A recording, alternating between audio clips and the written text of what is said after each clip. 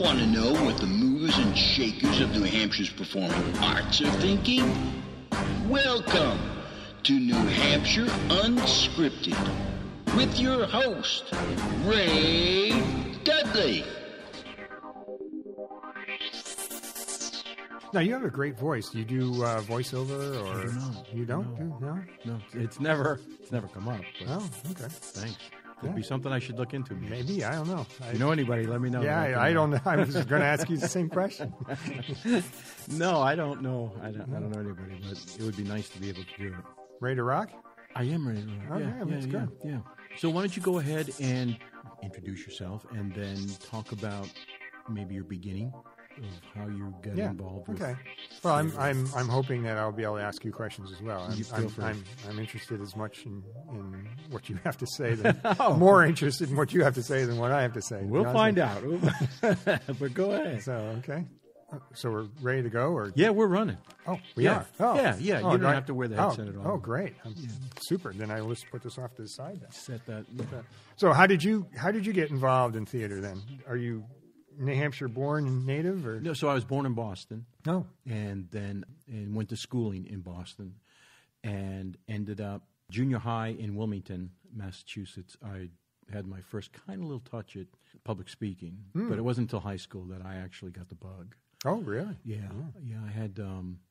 I did. I think it was my senior year. We had a senior class play, and we kind of did some stuff. But then it was their first time having a drama club, and the drama teacher wanted to take us out. She took us to a community theater group in North Reading. I think Colonial Players, perhaps. I think no, it was more like an Indian name, like the Ogunquit. Panaqualit? Maybe it was. Yeah. In North Reading. Does that make sound right? Yeah, that's about right. And they've been around for a while. So. Okay, yeah, it's probably them then. And they were having a night of one acts. Oh, and that's always an adventure. Yeah, well, it was for me. So I was a student who had never seen theater in my life, never, ever, ever. And I went, and we saw the one that stood out the most to me was they did a cut from Night of the Iguana. Oh, and it absolutely captivated me. I had never seen anything like it. So it's like a 3D hologram, right, to somebody who had never seen it. And I'm watching, and I was just – it was the jungle scene and with the reverend, and I could swear, even to this day, I could feel humidity in the air. Just that jungle. Wow. It had so sucked me in. I just could not – in my simple little mind, it was like somebody just literally cut out a section of a jungle, brought it into this building, and set it down. Now, it wasn't, but I was that captivated by what had happened.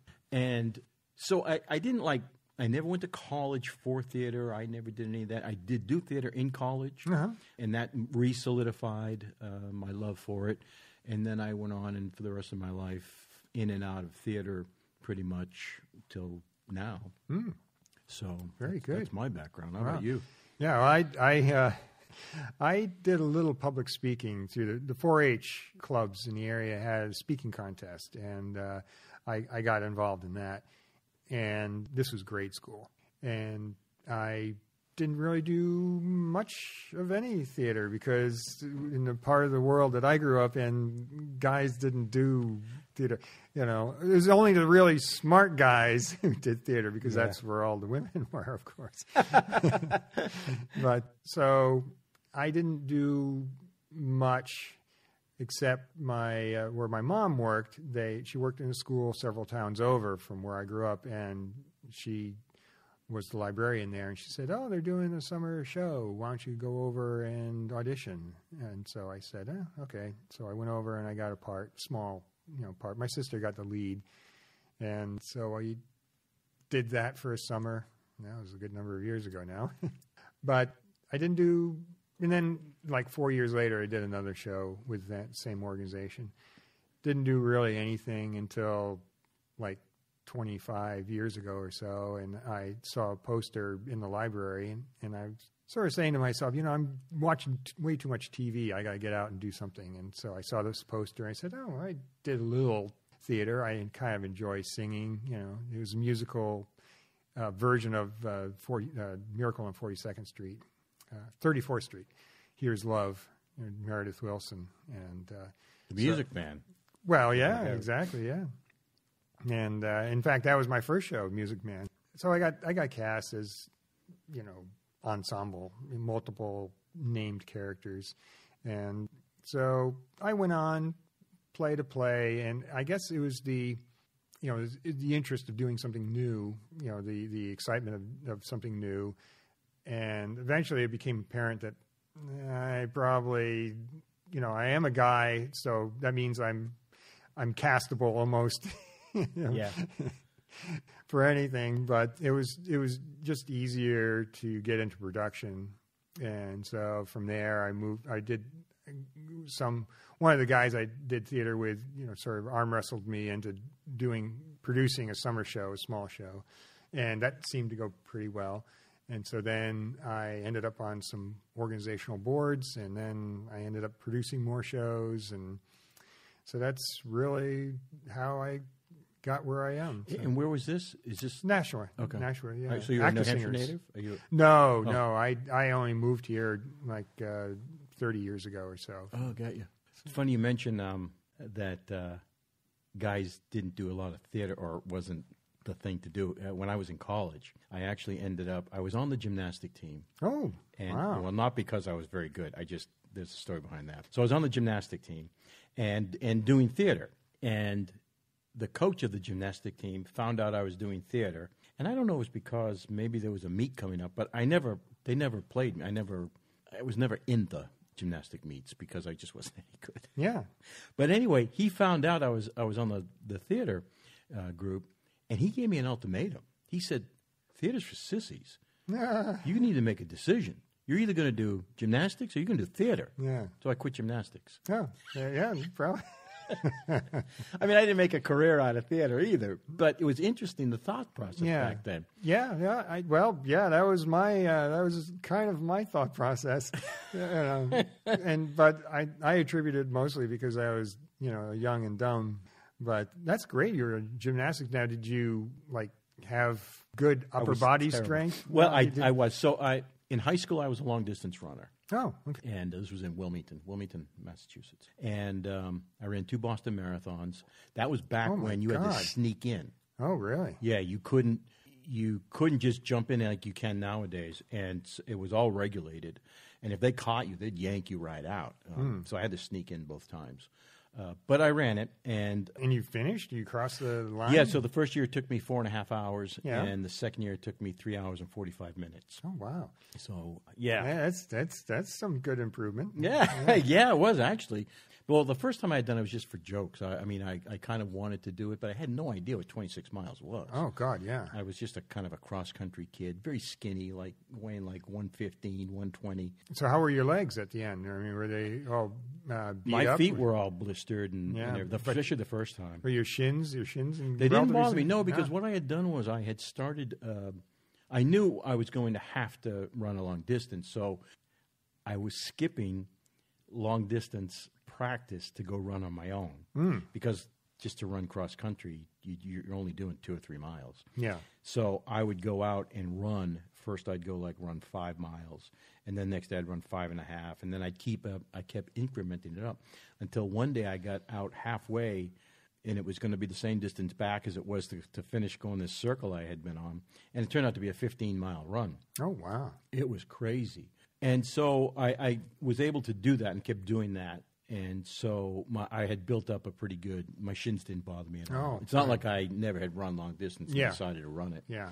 So, and I did both. The second year I did it, I knew now, geez, what this is all about. And trained a little bit better for it. That's why I cut 45 minutes off the time. Yeah. Oh, so when I graduated high school, I went down. I was going to go to Boston State Teachers College, which was down in Roxbury, Mass. Mm-hmm.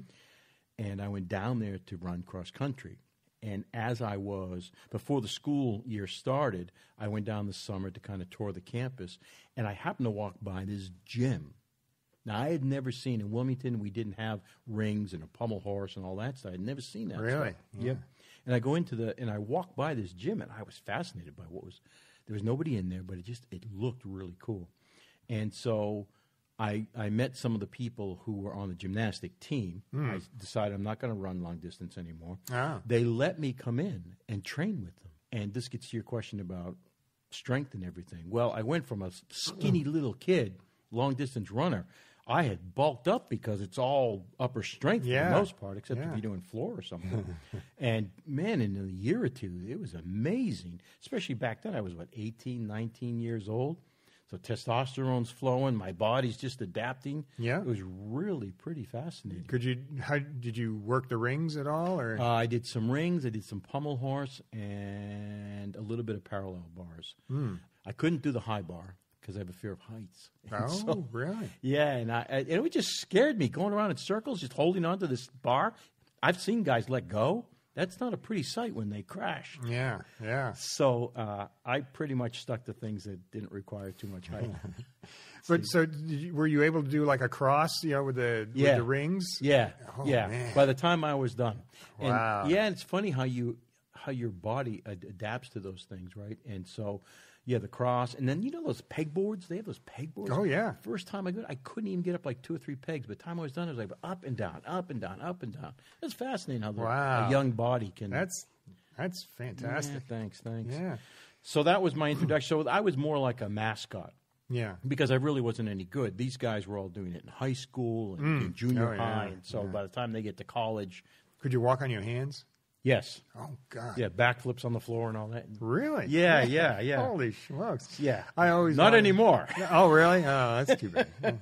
That's always, that fascinates me, being able to walk. I mean, that's perhaps a goal I should work towards somehow. Yeah. It's crazy, though, the stuff you see. That's a dangerous sport at times. Oh, God, yeah. We had some injuries, really. Yeah. We went to one meet, and a friend of ours was doing the vault. He would run down. This one time in this meet, he hit the vault perfectly. So he ran down, hit the springboard, bounced off the horse, and he was going up. And as he went up, he was perfectly timed, but he had never done it perfectly timed before. And so he opened and then reclosed, but he was continuing his rotation. Yeah. And so as he should have been landing and had already opened up, but he waited and over-rotated and came down and broke his neck. Oh, you could hear the neck snap right there in the meat. Did he was die? paralyzed for life. Oh, God. Quadriplegic after that. Yikes. That made me really... Yeah, I'm done. That would warn me away from the horse. Back to running for me. The vaulting. Yeah.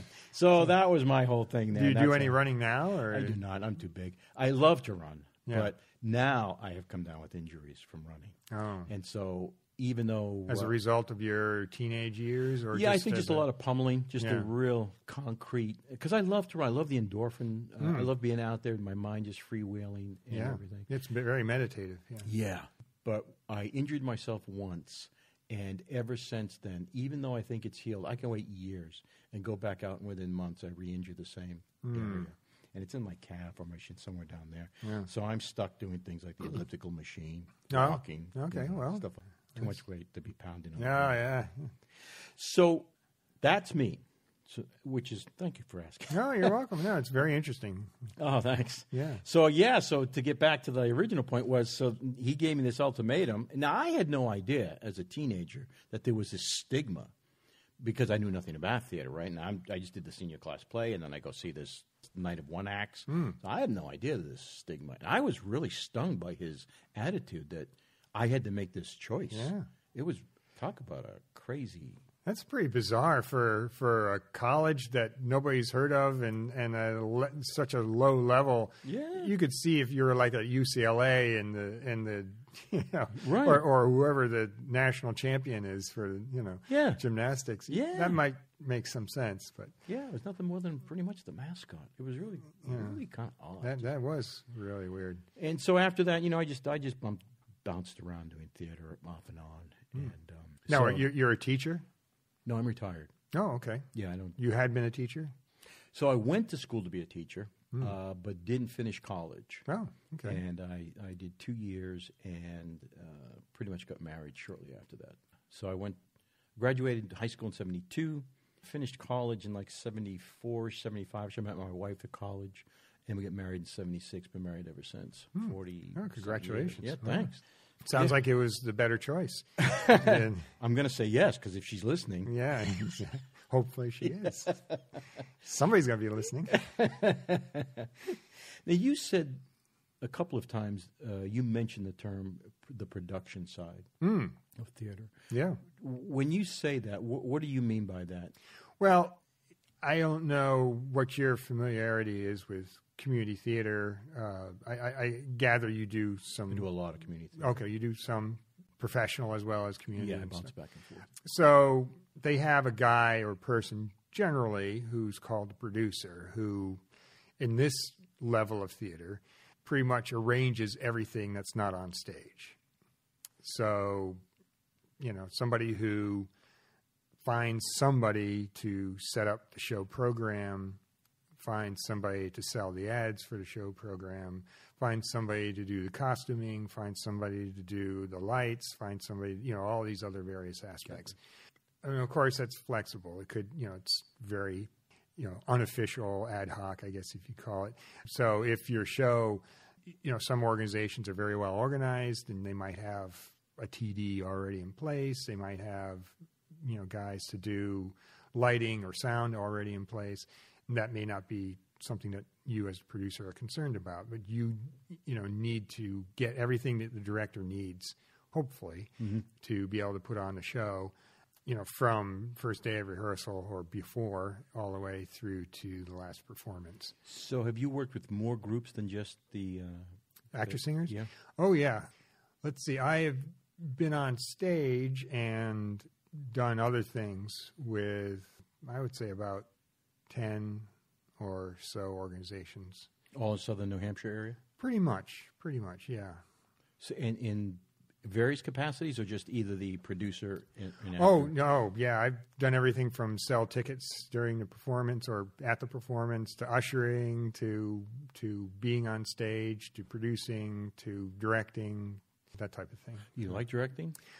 I have directed. It is, yeah, I guess I do. I kind of like to tell people where to go. I'm probably pretty good at directing somebody else's directing job. Maybe that would be like the backseat driver. Exactly. Yeah, because the thing, I do a lot of adjudicating for New Hampshire Theater Alliance or Theater Awards. I had Gina in here. Gina and Justin. Oh, very good. Yeah, not long ago. And I also review for, I don't know if you're familiar with the New England Theater Conference. They're a region-wide organization. Don't they hold auditions for a yes. lot of the... Yeah, they are the holder of the professional auditions currently down in a hotel in Natick. But they also have this award called Moss Hart Award, which is in honor of Moss Hart, the playwright.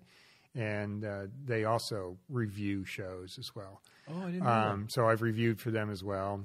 And so I've seen a good number of shows. And so, you after a certain number of shows, you begin to say, identify things that you like and things that you don't like. And so I'm very good. Like I said, I'm very good at directing somebody else's directing job. Yeah. Because, it's just like, things like, people facing backstage, when they're speaking, which may be appropriate at times when you're trying to create that mood. But most of the time, your face is your billboard. It's your average. It's kind of important to face the audience. It's what you're communicating to the audience is on your face. And you get a lot of 3/4 or half people in profile and everything, and you're like, geez, and people with dialogue, they it sort of gives the impression that they're just trying to get out the words, instead of trying to say the word. So they will, they'll be monotone, or there'll be things that your character is trying to say that could be improved or emphasized by pausing, not saying anything for 10 seconds or 5 seconds or whatever, and continuing on, or that type of thing. It's just small little details that really sort of, I'm like, it's like people, pauses are like a big thing for me, because people don't, it's like they're trying to get through that paragraph of dialogue, and it's like, you got to show that you're thinking as a character. You got to show that you're a human being, not just a guy standing up there trying to remember what he's supposed to say next. It's a very good point. A very good point. One of the things that I've noticed lately, and I don't know why people are doing it, but they will face the audience for all their dialogue and then turn for their cue or whatever. And it really bothers me. Not professionals. I mean, you see it a lot, I think, in high schools, especially, where they're looking at the other people on stage, but then when they go to say their lines, they turn and face the audience as though they need to be projecting that way. And then they turn back to their... Well, I would sometimes take that over... Well, I'm with you there. Somebody's, like seeing a quarter of their face or only half their face. Yeah. Because that's that to me, I get it. You don't want to make it look artificial. You want to make it kind of look natural in a way. And of course, I guess that's the job of the actors, to make their facing out look natural. Yeah. But and I don't think people, in our little community understand that their entire body is their tool in their, describing or to telling their story to the audience. Yeah. Their posture, their hand motions, their, how they walk, anything like that is all descriptive of, in addition to your costume and your hair and your makeup. Right. But, these physical attributes of your actor is what's communicating who this character is supposed to be. It's not the guy who's standing on stage, it's the character that they're trying to portray. Yeah. Have you seen, since we're on kind of adjudication, have you seen a difference over the years, or is it just kind of the same foibles all the time that bother you? I mean, has there been any trends towards... Not really. Not that I can think of. None that really immediately come to mind. That's a very good question. I should probably... It's too bad I wasn't thinking about it. But I do think that I do.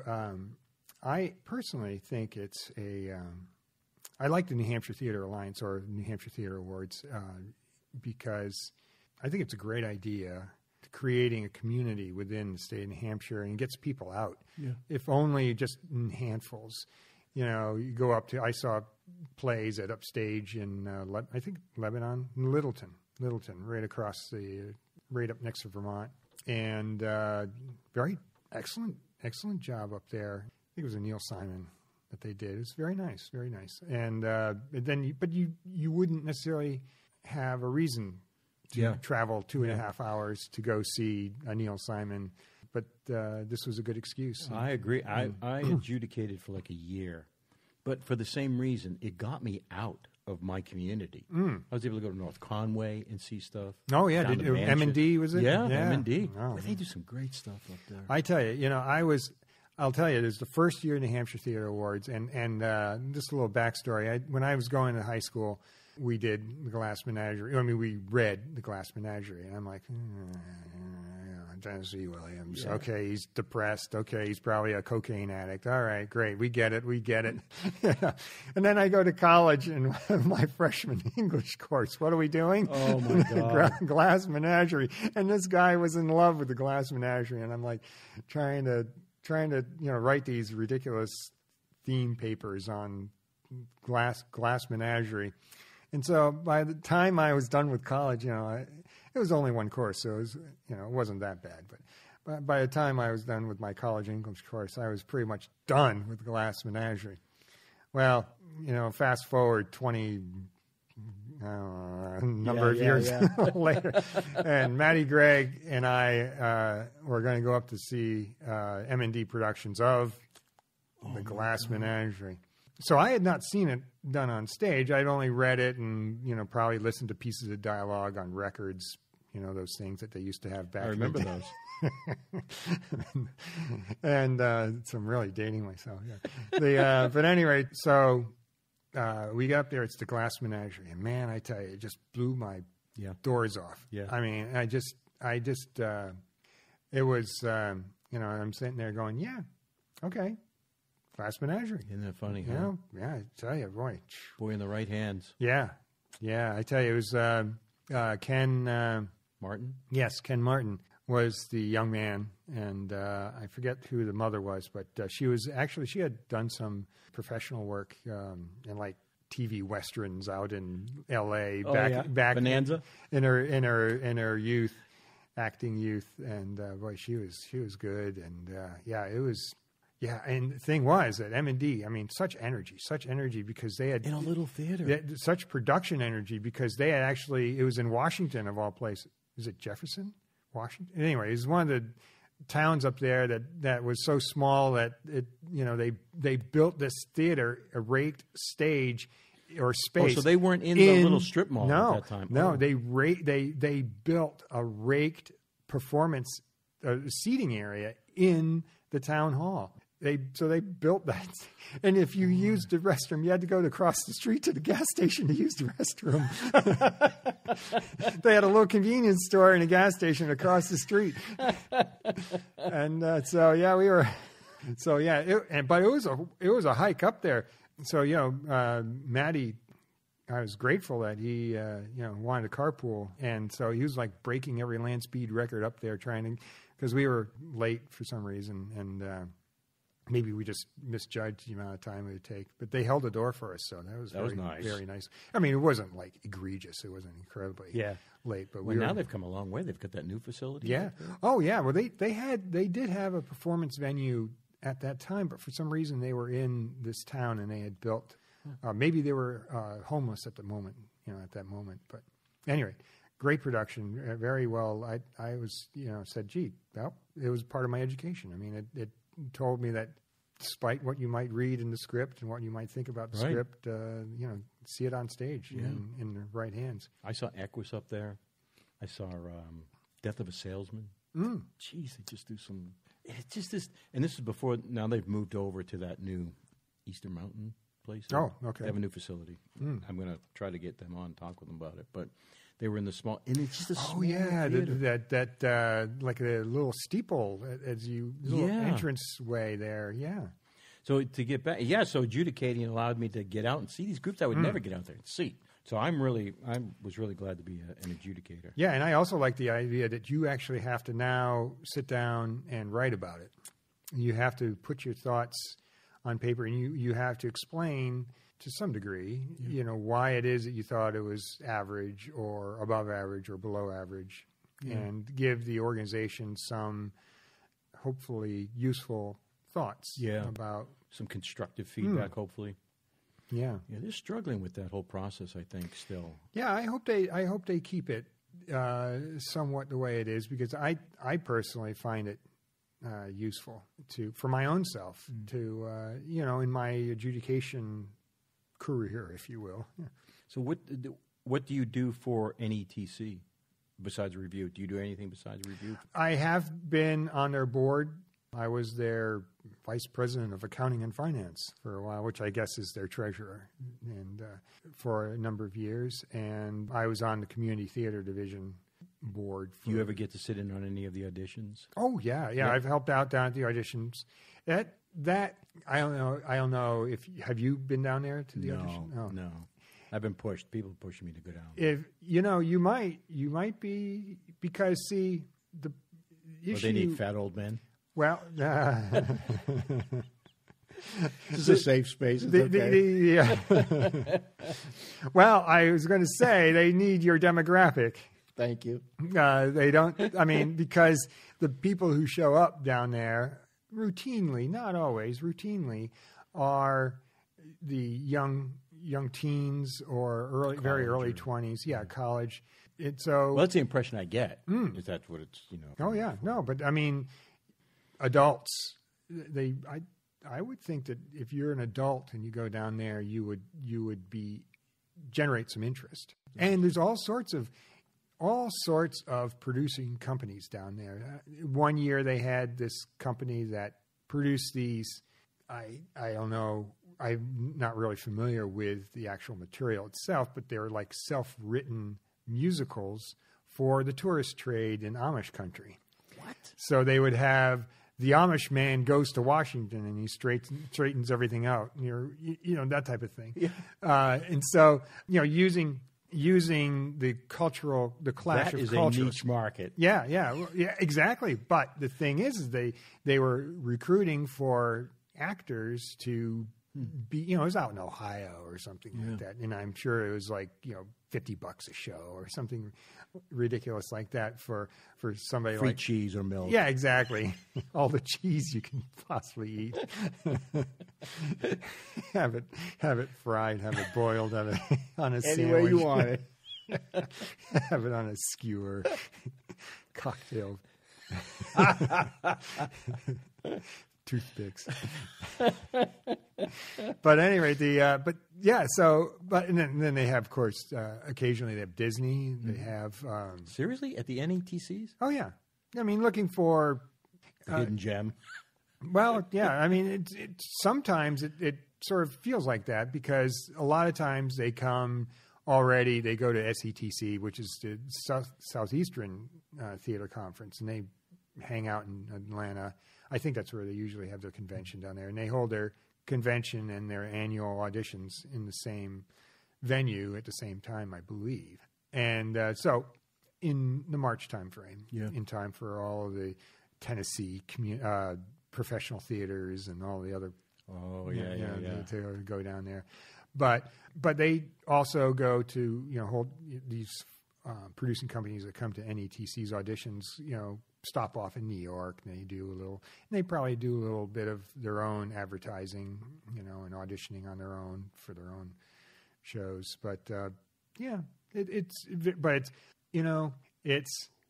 if you've never been, regardless of whether it's professional or community or not, I think it's very instructive for anybody who's out on stage to participate or at least sit in on an audition, because you see every bad habit, every good point, that you could possibly, and then you're like, that sucks.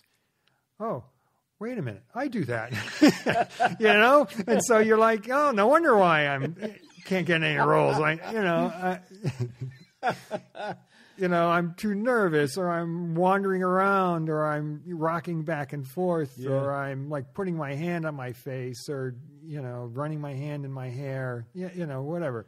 And I think that's very instructive to your own purposes. So, I mean, in Actor Singers, the national organization I participate a lot with that does musicals, and I've been on a number of their audition boards, and you see everything, like I said. I'll bet. And they've been around for a long time. Oh, too. God, yeah. 55? Are they one of the older? Yeah, I was going to say, they're going to be one of the older groups in the state, aren't they? Community Players of Concord are the oldest. The Community Players are in the 90. They just passed their 90th birthday a little while ago. So they're like 91 or 2. And Actor Singers is about half their age. So. Oh, that's interesting. Yeah. But you see, like I said, you see everything. You see the people, and you're kind of like, praying for them. And then you see people that just stand up and just blow the doors off. Yeah. And we had this. I was the chair of the audition board for Jesus Christ Superstar, and we bring them up in groups of 5. And we had this group of 5, and this guy stands up. He was a hairdresser from, I don't know, wherever, Concord area, Manchester area, whatever. Fabulous rock voice, fabulous. And the next guy stood up and said, well, I guess I'm not getting Jesus. I mean, it was hilarious. Yeah, it is amazing that what you see. I have seen some painful auditions. Yeah. Oh, my God. Yeah. I mean, just cringeworthy. You're like, why are you even here? Yeah. I had a discussion with a friend of mine who, community theater is very interesting because they accept almost anybody. You really wonder, some people just don't take stock of whether or not they should be. How do I put this? So I would no more expect to be on a softball team, not being able to bat, but yet people will come out to act, never having acted, and nobody ever really kind of tells them that they're not that good. And so they kind of foster this idea that they're not bad, and they continue, and they never get better. And so it's kind of interesting to me that, well, Never mind. I'm going to shut that topic down. But no, it sort of circles around to the NHTA because that is at least, and also New Hampshire Community Theater Association's One Act Festival is, these are rare opportunities to, as an actor or performer of some variety or as a director to hear somebody who you potentially don't know tell you something that maybe you need to hear, but maybe weren't interested in hearing. Because and there's a lot of especially in community theater and after the show you're out in the hallway and everybody's slapping you on the back, said good job, great. Yeah. Of course, what else are they going to say? I know. I know. You're my my accountant or whatever. Gee, Chuck, you really stank. Right. I mean, I could have done better than you. You in the third act, you blah blah blah. You're not really interested in that. And I think to a certain extent, I find with the One Act Festival and people being adjudicated that sometimes people shy away from that.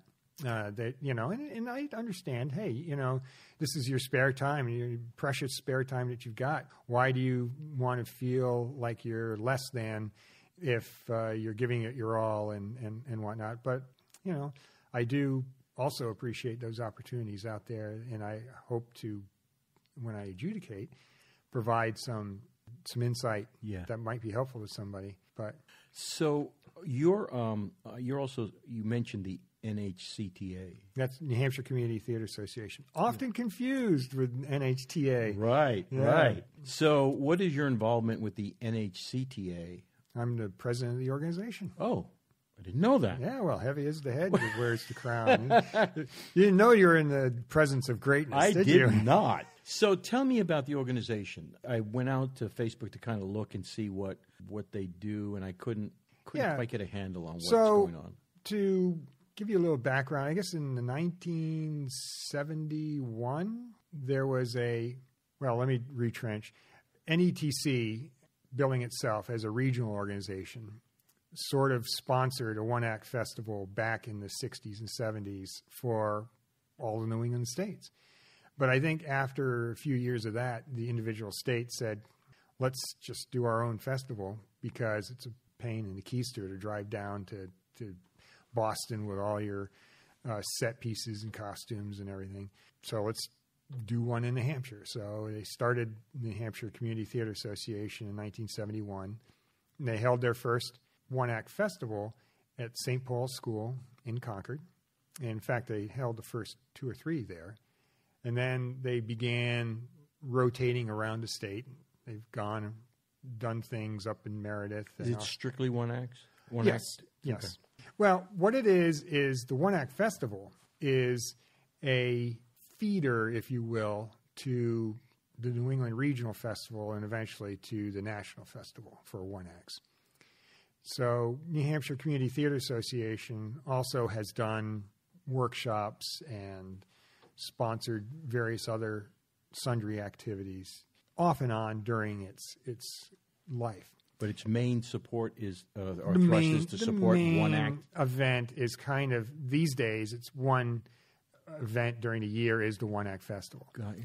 So the membership, varies between like 25 to 10 or so organizations a year, depending on whether it's a year in which there will be a regional festival. The AACT or National Festival is a 2-year cycle. Mm-hmm.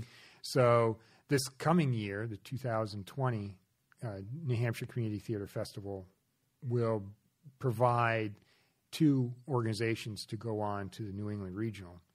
And then from the New England Regional, there will be a representative going to the National Festival. Mm. So National Festival, this cycle could be in, I forget where, but it has been everywhere from like Washington State to Florida or whatever. Elsewhere, outside of New England, community theater can be huge. I mean, like football is, like college football is for Texas, or it could be huge. I mean, you get organizations like in Florida or Texas or one in Kansas actually. The Topeka Civic Theater is like only 25, 30 years old, and they're talking about their $5 million capital campaign and their $1 million annual budgets. And you look on their website and they've got like 5 or 6 paid employees and a list of part-timers. And this is community theater writ large. So what is going on? What are they doing literally how are they supporting the community theater? Well, in the case of Kansas, you have perhaps your next community theater 50 miles or 100 miles away from the Topeka Civic Theater. So it is the theater. And it is a civic activity in their city. So I think they perhaps in New Hampshire, we don't, everything is a little bit closer. There's a lot more resources and opportunities. It's very possible that whatever support there might be for theater or community theater in particular is spread out a little bit more. This allows, in the case of Kansas, it allows it to sort of concentrate. And I think when you get to a certain level, back in the early 80s or whenever they started life, they were all meeting around their kitchen table, and now they've been given an old school building by the city, and they've renovated it into whatever it is that they need, for office space and storage space and performing space. And so when you get to that stage, I think you end up with resources. You find the resources that you need, like grant writers or marketers or organizational people that really know how to organize. With us, at least with Actor Singers, we're relatively large. We have about a 200-person membership list or so, but and so we're relatively well-established, well-funded organization, but we're all lawyers or computer software engineers or housewives or teachers, people who have other things, in their life other than theater, that they're just coming to theater as a hobby. So if a group, let's say a theater group, decides they want to enter into the One Act Festival, they would approach you, and then what happens? Oh, they would just put in an application. Okay. Send in the application and the entrance fee. And what are they getting in return? Well, they're hopefully getting a great venue with good technical support to come and do their performance and get the opinions of 3 different adjudicators. So you would did they physically get like a packet of information with the guidelines for? Well, that's what we do is for the state, we follow the guidelines for AACT, the National Festival. And they have a handbook that's like 90 pages in length, but a good amount of that is forms that you might need in order to, submit your package to the state. So, but in like maybe 40, 45, 50 pages of it is widely spaced text on how to go about entering and doing a performance that would meet the requirements.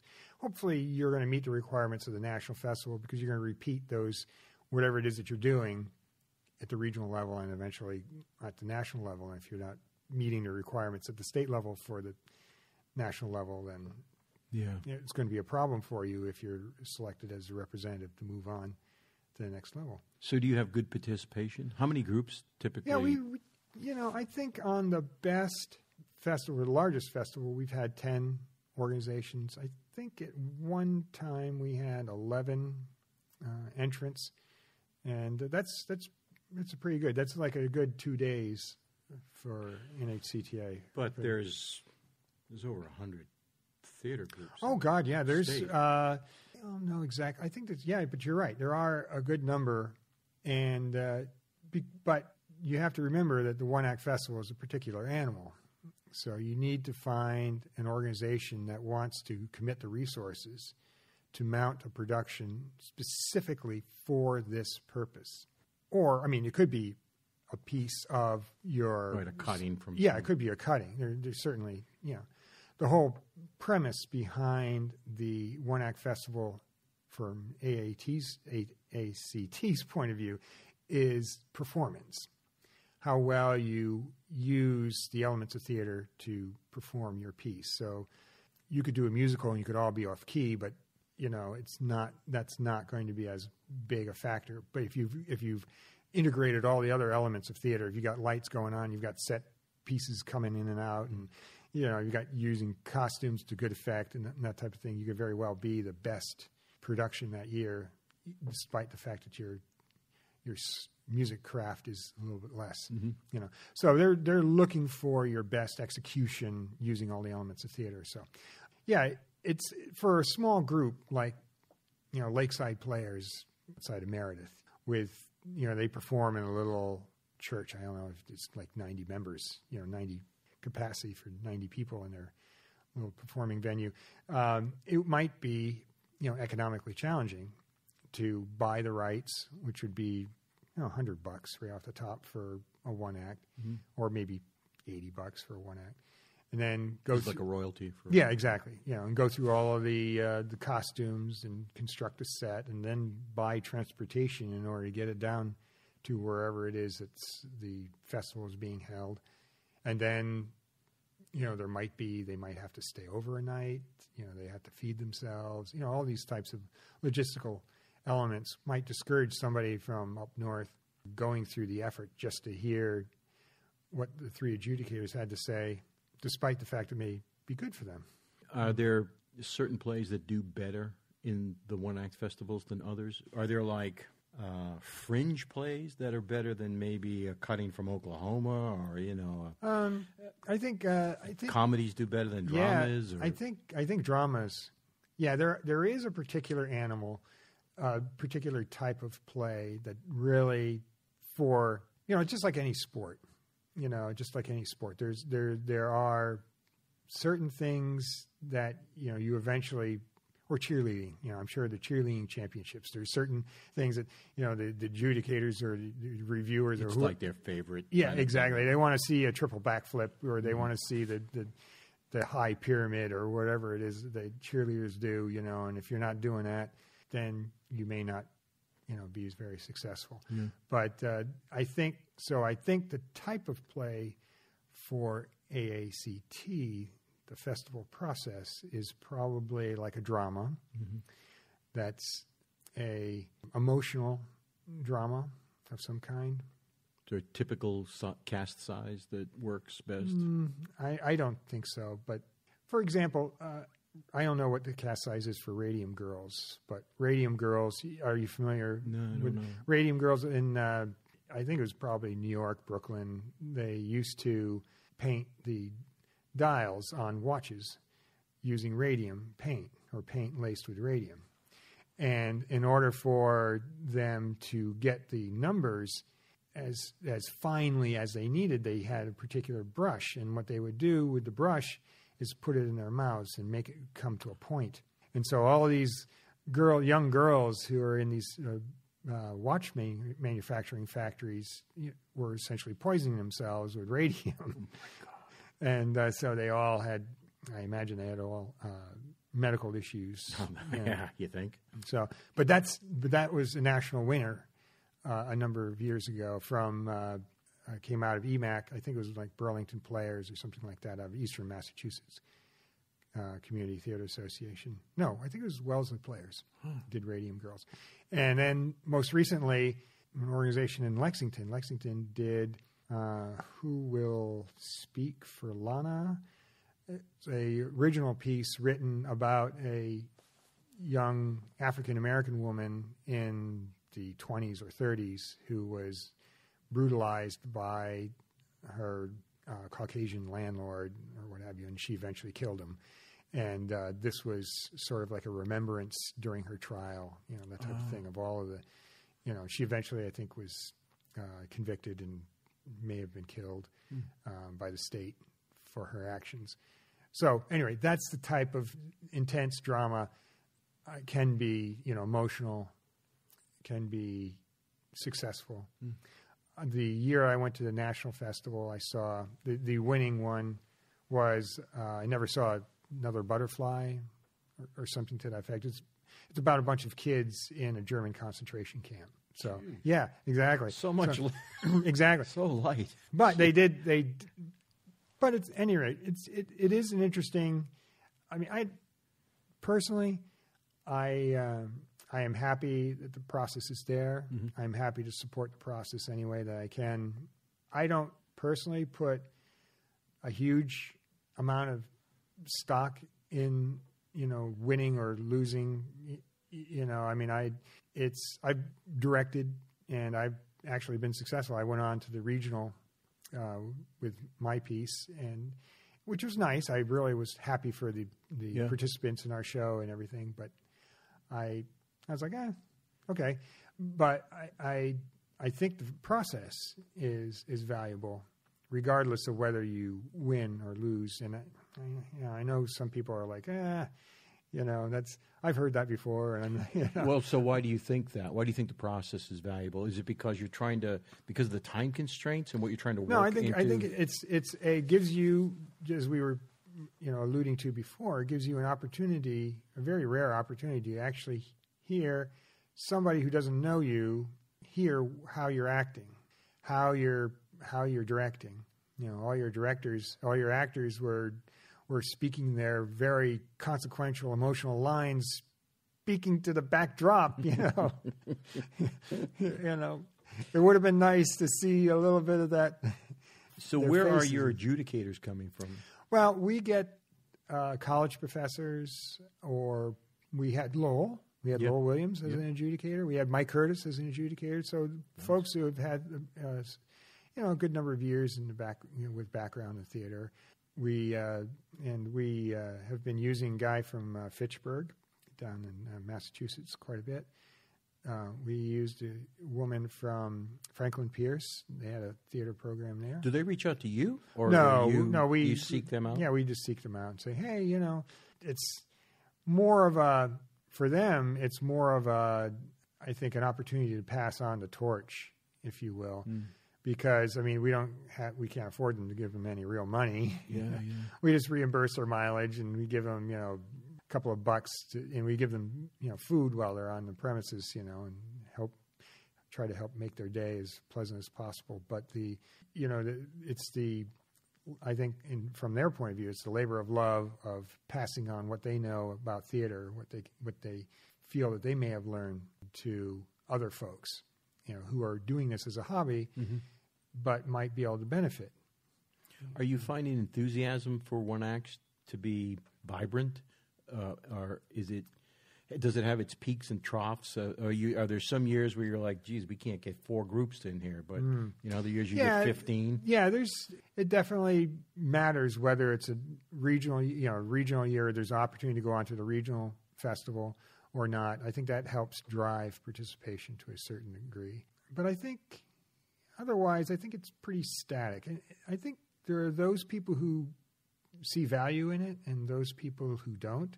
And those people who see value in it, I think, eventually seek us out. So with 100+ theater groups in the state, do you actively try to get them to participate? Oh, you approach them? Does your organization? Yes. As president, I try to make it my business to get out and touch base with organizations that we haven't heard from ever before. And because I think NHCTA is a great resource for, we have the Facebook page nowadays with the technology of Facebook. Mm-hmm. But before we had a Yahoo group, which posted announcements, or you could ask, hey, I need an electrician for the show, or I need a director for the show, or I need an actor. We just had an actor drop out, or we need a costume piece. Does anybody know where we can find it, or somebody just putting out their audition notices. And if you sort of, keep in the back of your mind saying, oh, wait a minute, Manchester Community Theater Players just did Music Man. That's where I can go find somebody who's got the Harold Hill suitcase or wherever, mm-hmm. They'd be able to tell us where they got theirs, or that type of thing. So this year, when does it happen? Did it already happen this year? Not yet. We've already had our festival this year in September. We had it in the Rochester Opera House, the historic Rochester Opera House. Yeah. Very nice. Very nice venue. That's what I've heard. Yeah. You've never been there? No. No, you should check it out sometime. I don't get out of my cave much. Yeah. I need to get out more. Even if you just go and the town hall is in the Opera House, so you can just go and check it out. It's probably a venue unique in all the world in that its floor moves And yeah, the floor moves. It can be raked to hold a performance, or it can be flat to hold a dance. Was it on hydraulics? They've got a mechanism. It's like a turn of the century, 19th century mechanism. That's electric motor, I think, and it's a series of pulleys and whatnot. It's really quite interesting. Yeah, that is interesting. And here you are, a long-time New Hampshire resident, and you're not familiar with the Rochester? I did not get out of my... No, there's only... it's interesting because you go there, and you when the floor is flat, and you see these doors that are up like 3 or 4 feet up in the air, and that's because those are the entranceways for the seating when the... How surreal that would be. Yeah. Open the door, it's like, oh, fall into the theater. So you had your... we had our festival. In September. We had, I think we had 5 organizations, and it was nice little turnout. 5 would be one day? Is that a one-day's event? One-day event, yeah. We get everybody who participates, all the organizations that participate, all the shows that participate, have an opportunity to use the stage for 80 minutes before we start performing. So they get there on a Friday night, or we've had as early as Thursday if we have a big festival. And so they can tech their show? Yeah, so they can tech their show. They have 80 minutes to get out there. Everybody's got the same light plot. You can get out there and adjust the lights and see where, how the wings are and all of their stuff and see. And then you perform your show, and we try to do them in groups of 3 or 4, and then oftentimes we'll either do them in groups, adjudicate them in groups, or adjudicate them one at a time. The adjudicators will come out. Everybody who participated in the last show will be out sitting in the audience seats, and then they go into a spiel, what it is that they thought might be what was successful and what might be more successfully accomplished in perhaps a slightly different way. And so who won this year? Do you recall? Ghostlight Theater Company of New England, because there's a Ghostlight down in Massachusetts as well. Apparently Ghostlight is a popular name for... I guess so. Yeah. So they did an original piece that they had actually run a playwriting contest for soliciting... their stock and trade for Ghostlight is sort of edgy type material, and so they did a playwriting contest in the previous 6 months, and this was the winning production or winning script, and they performed it and they were successful. So where do they go from here now? Nowhere, because this is non-regional so it's just year. It's just a bragging rights. Get your name on the trophy plaque, and that the trophy moves around from whatever organization was the last winning or best production. Is it always in September?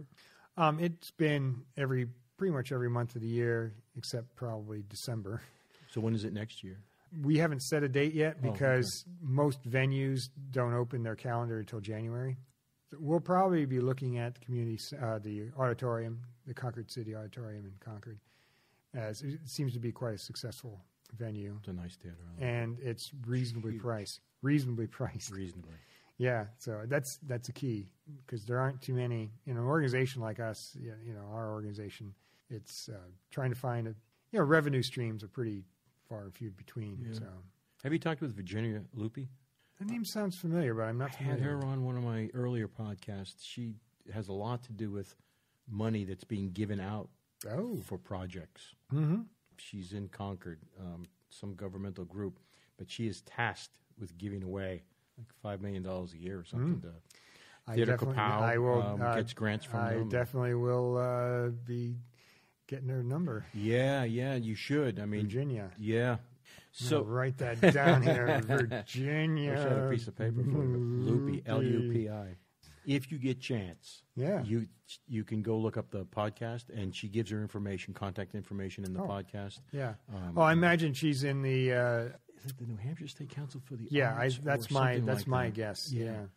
So a great resource. I mean, if nothing else, she can at least point you. Oh God, yeah. She said there's groups who come in, and they'll help you grant write. They'll walk you through the process and hold your hand through the whole thing if you need a grant. I got a couple of grants a number of years ago from New Hampshire Council on the Arts. This was back in like the 2000s, And then they changed back when the grant funding dried up. And when they slowly came back, they changed the formatting. And so I have to go back and relook at that. But give her a jingle. Yeah, I will. She's going to be a great asset for you. Yeah, it would be great to have somebody on the inside helping us pull. Trying to push your rope is, not a very. Your project is so great. I mean, it's not just it's not just one town. I mean, you're facilitating this project throughout the state, which is really, really good.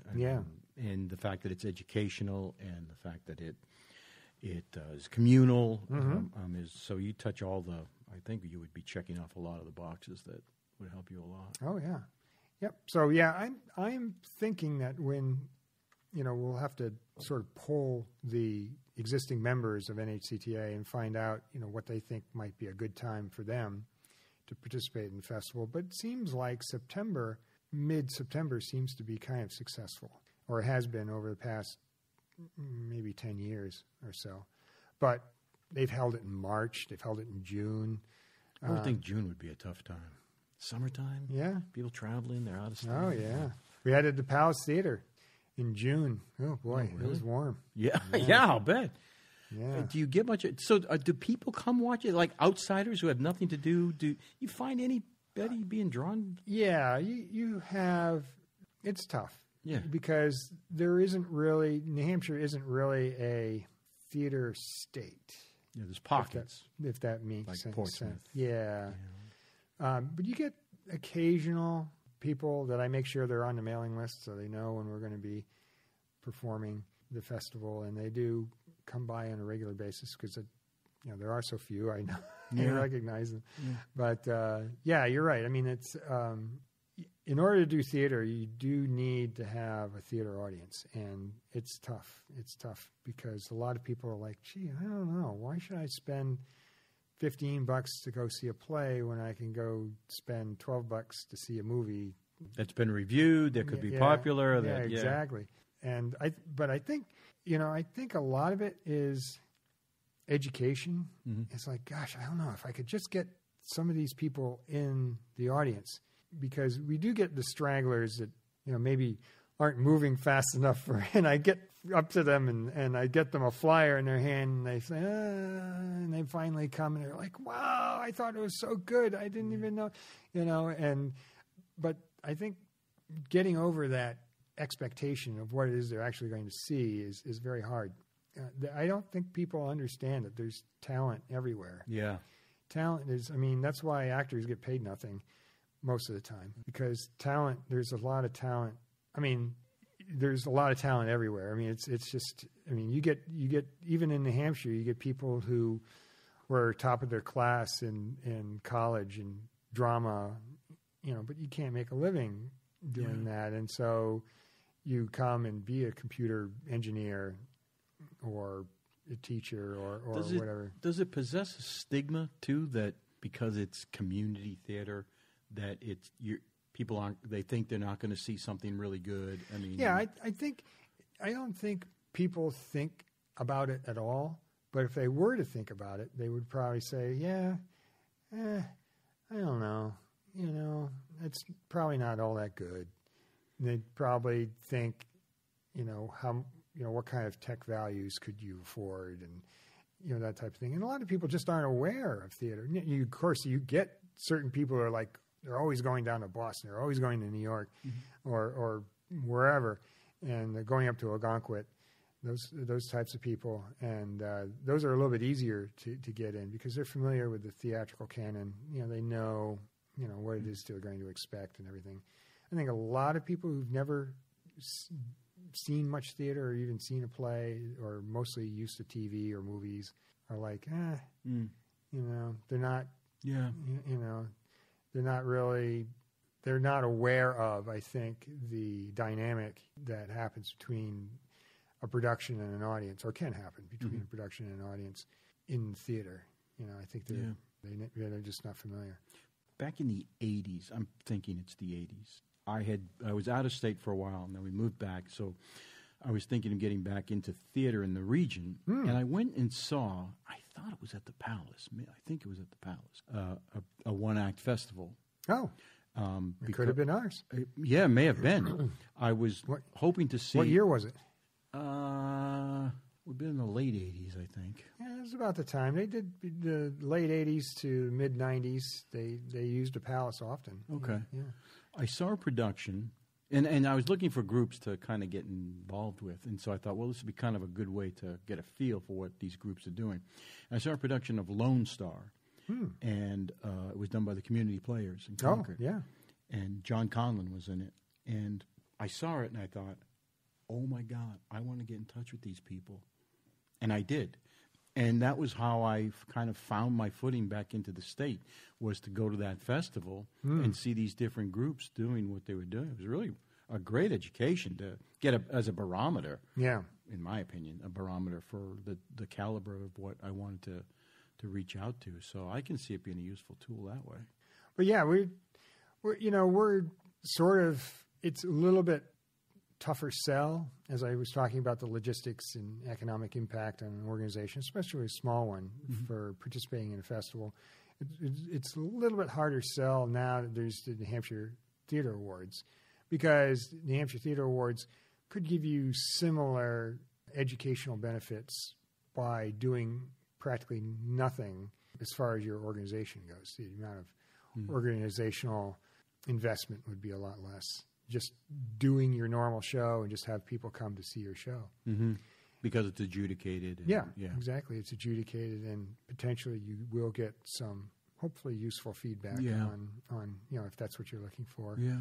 But, and EMAC, Eastern Massachusetts Community Theater Association, does something very similar to that themselves.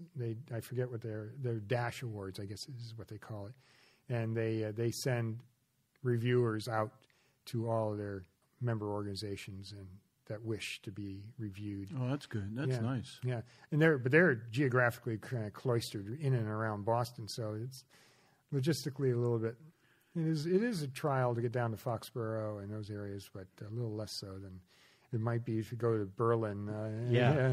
Way up there, 4-hour ride, 3-hour ride. Yeah, exactly. But, well, Chuck, thank you so much for coming by. No, it was my pleasure. Really appreciate it. Is there anything else you want to touch on for the NETCs, NHCTA? Just that if there's an organization out there that wants to participate in the NHCTA festival, we'd love to hear from you. And how do they get in touch with you? Through the Facebook page, or you can reach me personally at fpierce1804@hotmail.com. That's Franklin, F as in Franklin, one president from New Hampshire, and the date of his birth. Franklin Pierce, fpierce1804@hotmail.com. Nice. Well, Ray, it was a pleasure. Thank you very much for thinking of me. Thank you for coming by, man. I'm really glad. Thank you, Michael Curtis, for suggesting it. And there you go. Another great one in the tank. That one's going off to the memorial.